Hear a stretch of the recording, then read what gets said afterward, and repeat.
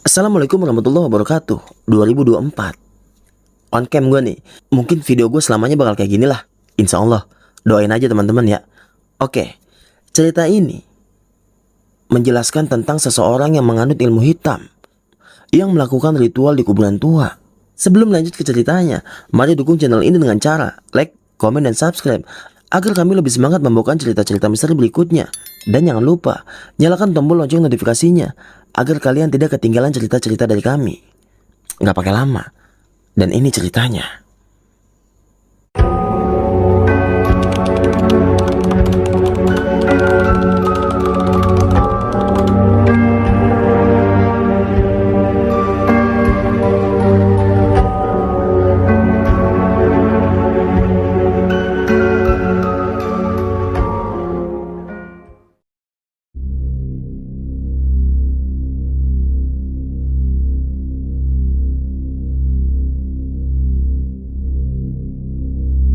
Malam itu, warga digegerkan dengan sepasang suami istri yang berteriak memanggil-manggil nama anaknya. Kang Ujang dan istrinya nih berteriak sambil nangis. Dia memanggil-manggil nama anaknya yang tiba-tiba hilang. Para warga yang ngedengar teriakan dari Kang Ujang dan istrinya langsung berlarian menuju ke rumah Kang Ujang dan menanyakan apa yang sebenarnya terjadi. Di situ Kang Ujang menjelaskan kepada warga kalau anak bungsunya tiba-tiba hilang ketika tidur bersama kedua kakaknya. Istrinya Kang Ujang cuma bisa nangis sambil terus memanggil-manggil nama anak bungsunya itu. Nggak pakai lama, malam itu juga para warga langsung bergerak mencari anaknya Kang Ujang. Mereka semua berteriak memanggil-manggil nama anaknya Kang Ujang sambil memukul-mukul peralatan dapur.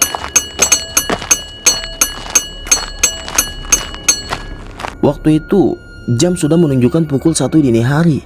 Semua warga mencari anaknya Kang Ujang sampai ke perbatasan desa. Tapi nihil, anak itu masih juga belum ditemukan.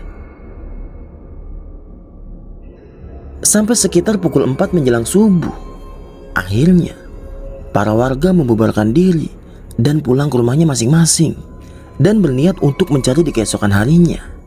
Nah, Kang Ujang sama istrinya nih hanya bisa berdoa supaya putri kecilnya bisa segera kembali. Dan mereka juga sebenarnya masih bingung dan banyak menyimpan pertanyaan di kepalanya. Kemana dan dimanakah anaknya itu menghilang? Putri kecilnya Kang Ujang nih, usianya masih sekitar 2 tahunan. Jadi gak mungkin kalau anak itu pergi selain ada yang ngebawa. Singkat cerita, sekitar jam 10 pagi nih, para warga kembali lagi ke rumahnya Kang Ujang. Mereka semua bersimpati atas kehilangan putri bungsunya itu yang hilang secara misterius. Situasi di dalam rumahnya Kang Ujang, berkumpul para ibu-ibu yang sedang menenangkan Sari, istri dari Kang Ujang, yang terus-menerus menangis dari semalam. Sampai sekitar 1 jam sebelum zuhur, datanglah seorang laki-laki, usianya kisaran 60 tahunan lah. Beliau adalah Ki Herman, sesepuh desa, sekaligus seorang yang biasa mengimami sholat di musola di desa tersebut. Nah, di situ Ki Herman mulai masuk ke dalam rumahnya Kang Ujang dan duduk di samping Kang Ujang dan langsung menanyakan jam berapa anaknya tiba-tiba hilang. Kang Ujang mulai menceritakan secara detail kejadiannya, yang intinya ketika Sari istrinya Kang Ujang mau buang air kecil sekitar jam 1 malam lah, Sari mengecek keadaan ketiga anaknya. Dan dia benar-benar kaget ketika dia lihat ke dalam kamarnya. Di situ nggak ada Wulan, putri bungsunya Kang Ujang. Di situ cuma ada kedua kakaknya Wulan, Hamid dan Asep, yang usianya waktu itu Hamid masih 9 tahunan dan Asep usianya waktu itu kisar 6 tahunan. Dan ketika ibunya membangunkan mereka berdua, mereka di situ cuma bengong karena mungkin kedua anak tersebut kaget nih, karena tiba-tiba dibangunkan oleh ibunya dan langsung ditanya di mana adiknya itu. Sari yang panik langsung membangunkan suaminya dan memberitahu kalau si Wulan itu gak ada di dalam kamar. Kang Ujang yang ngedengar itu langsung loncat dari tempat tidurnya dan mencari keberadaan putri kecilnya itu. Dan setelah mencari ke seluruh ruangan rumahnya, Wulan tidak ditemukan.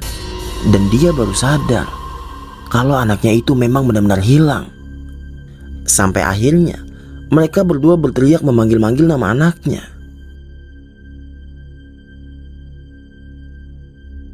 Setelah mendengar cerita dari Kang Ujang nih, Ki Herman bilang ke seluruh warga yang ada di situ, nanti sekitar jam 5 sore semuanya berkumpul di sini. Jangan sampai ada yang telat. Sekarang kalian pulang ke rumah kalian masing-masing dan siap-siap ke musola untuk sholat zuhur. Akhirnya nih, para warga pulang ke rumahnya masing-masing dengan menyimpan 1000 pertanyaan di otaknya. Kemana dan siapa yang membawa anaknya Kang Ujang itu? Nah, Ki Herman setelah sholat zuhur, beliau langsung kembali lagi ke rumah Kang Ujang. Dan beliau berpesan kepada Kang Ujang supaya menyiapkan beberapa kembang atau ubur rampe. Di situ, Kang Ujang tambah bingung, kenapa semua itu disiapkan dan apa tujuan dari Ki Herman. Tapi mau gak mau Kang Ujang harus mendengarkan apa kata Ki Herman agar anaknya cepat ditemukan. Sampai singkat cerita udah jam 5 sore, para warga juga udah berkumpul di rumah Kang Ujang. Nah, di situ Ki Herman mengadakan pengajian untuk mendoakan anak dari Kang Ujang. Ketika mereka lagi husu berdoa, tiba-tiba mereka semua mendengar suara tangisan anak kecil yang bersumber dari arah luar rumah. Mereka semua yang mendengar suara itu langsung berlari ke arah luar rumah. Tapi di luar gak ada apa-apa dan gak ada siapa-siapa. Ki Herman langsung maju tuh dan nebarin kembang sambil ngisap sebatang rokok. Tiba-tiba kedengar lagi suara anak kecil. Tapi gak berapa lama suara itu hilang lagi. Mereka semua menyaksikan keanehan tersebut. Nah, pas di dalam rumah nih, Ki Herman baru menjelaskan kepada semua warga yang ada di situ kalau anaknya Kang Ujang diambil untuk dijadikan tumbal ilmu hitam. Ki Herman berpesan kepada seluruh warga yang ada di situ supaya jaga anaknya masing-masing. Dan kemungkinan besar orang itu masih mengincar beberapa anak lagi. Warga yang mendengar itu ketakutan dan istri dari Kang Ujang makin jadi nangisnya karena ngedengar anaknya mau ditumbalin. Di situ Ki Herman bilang ke Kang Ujang, kemungkinan untuk menyelamatkan anaknya sangat kecil dan cukup besar risikonya. Tapi tidak menutup kemungkinan anak itu bisa diselamatkan. Azan maghrib berkumandang. Para warga yang laki-laki berbarangan berangkat menuju ke musola untuk sholat maghrib berjamaah. Nah, setelah semua laki-laki pergi ke musola nih, istri dari Kang Ujang tiba-tiba pingsan saat dia berjalan ke kamar mandi untuk wudhu. Ibu-ibu yang ngelihat Sari pingsan langsung ngebawa Sari ke ruang tengah dan memberi teh hangat. Tapi di situ Sari belum juga sadar. Di situ Sari terus memanggil-manggil nama anaknya dalam keadaan pingsan. Sampai singkat cerita setelah para laki-laki pulang dari musola, barulah Sari disadarkan oleh Ki Herman. Nah, setelah sadar, Sari tiba-tiba bilang, "Ki, anak saya diikat rantai di atas kuburan. Di situ anak saya cuma nangis. Dan ketika saya ingin menghampiri anak saya, tiba-tiba saya dihalangi oleh sosok makhluk hitam besar. Sosok itu seperti kera, Ki. Ki, tolong anak saya. Saya mohon, Ki." "Benar dugaan saya. Anak kamu akan ditumbalkan malam ini, tepat jam 1 malam nanti. 5 orang yang berani nanti malam ikut saya ya. Saya tahu siapa pelakunya. Semoga ada keajaiban supaya anakmu bisa diselamatkan." Tapi Kang Ujang dilarang untuk ikut dalam pencarian anaknya. Karena menurut Ki Herman, kalau Kang Ujang ikut, pencarian anaknya bisa gagal. Karena dalam pencarian ini dibutuhkan orang-orang yang pemberani dengan emosi yang stabil. Sedangkan Kang Ujang emosinya pasti sangat kacau saat itu. Nah, Ki Herman memerintahkan para warga untuk menyiapkan kain kafan, ayam hitam, kembang staman, dan lain-lainnya untuk melakukan ritual nanti malam. Nggak pakai lama, semua warga langsung bagi-bagi tugas untuk mencari kebutuhan yang disebutkan oleh Ki Herman. Singkat waktu sekitar jam 11 malam nih, Ki Herman dan 5 orang pemuda desa berangkat ke arah selatan desa. Mereka berjalan beriringan menuju pemakaman tua yang berada di dalam hutan selatan desa. Dan memang hutan itu terkenal dengan keangkerannya. Banyak juga kejadian-kejadian aneh yang dialami oleh para warga ketika warga mencari kayu bakar di hutan tersebut.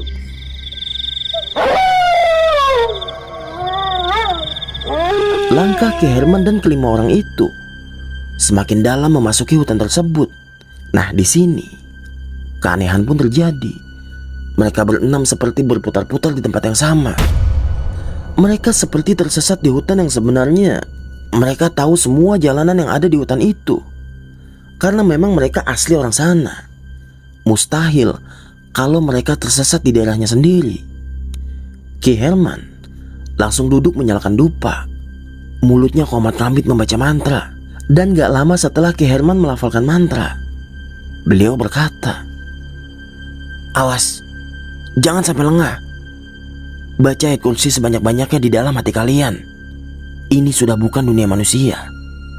Kita sudah masuk ke dunia mereka. Sesuatu yang akan kita hadapi, ilmunya benar-benar tinggi. Kalau kita salah langkah, nyawa kita taruhannya. Siapapun yang memanggil kalian dari arah belakang, jangan ada yang menoleh." Tiba-tiba salah satu orang yang ada di rombongan itu berteriak ketakutan sambil menuju ke arah pohon. Ternyata dia melihat sosok pocong yang bergelantungan di atas pohon. Sosok itu tertawa meledek ke arah mereka semua. Wajahnya hancur dengan kedua bola matanya yang hampir copot dari tempatnya.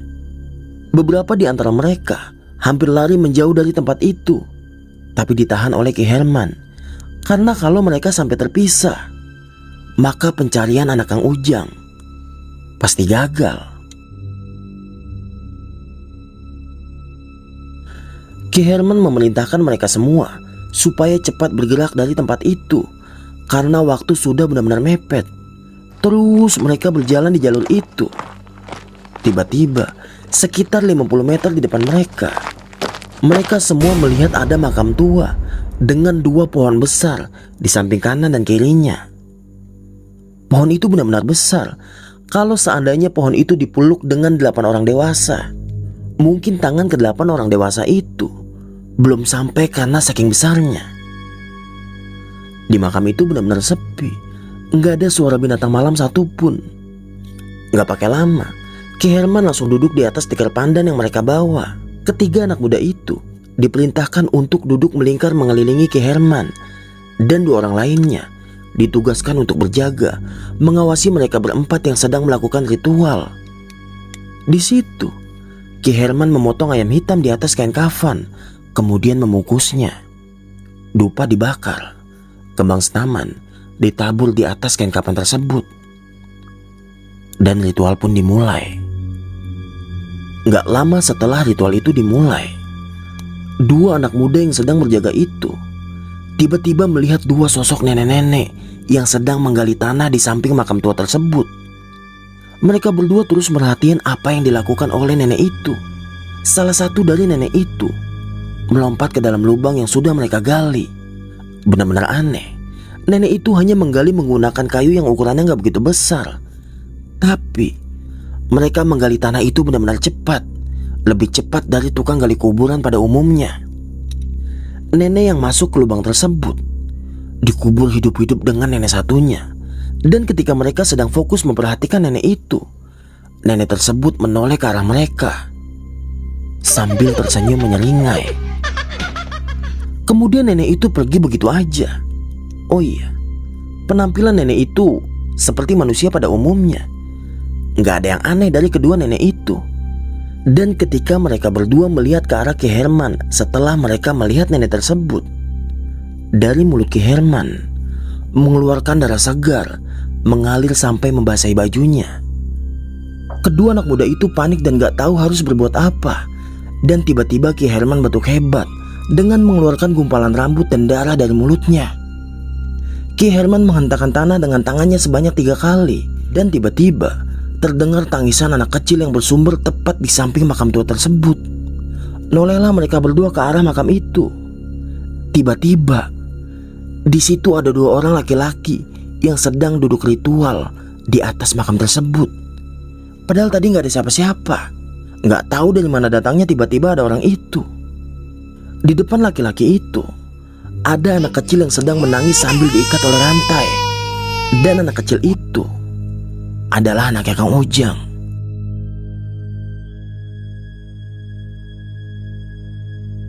Ki Herman masih ritual sambil memerintahkan mereka berlima untuk mengambil anaknya Kang Ujang.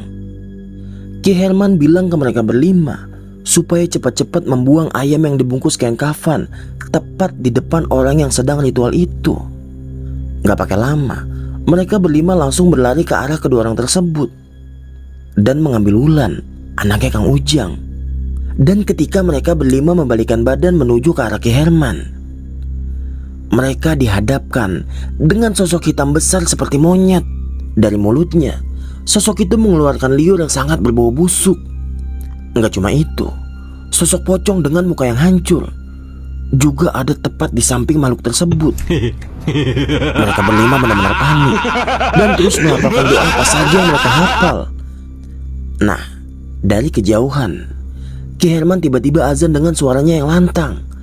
Sosok seperti kera dan sosok pocong itu tiba-tiba menggelinjang hebat seperti kepanasan dan pergi jauh meninggalkan mereka berlima. Suasana yang tadinya benar-benar sunyi tanpa adanya suara binatang hutan satupun berubah kembali normal lagi. Mungkin yang tadinya mereka ada di dimensi lain, sekarang mereka sudah kembali ke dunia nyata.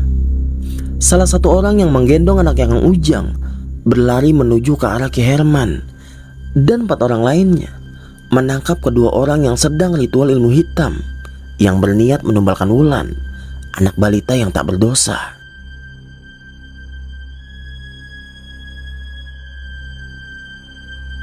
Singkat cerita, mereka semua kembali pulang membawa Wulan ke pangkuan orang tuanya.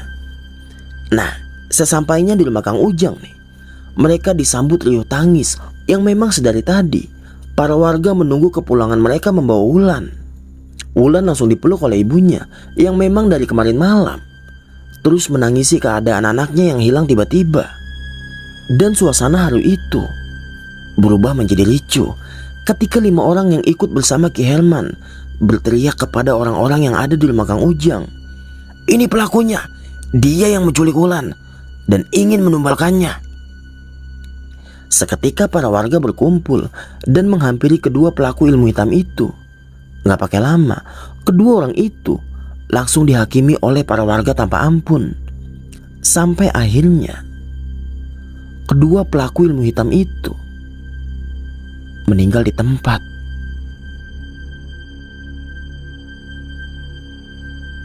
Cerita ini gak selesai sampai di sini, karena setelah kematian 2 orang penganut ilmu hitam itu, para warga diteror oleh sosok pocong yang terus mengetuk rumah mereka semua.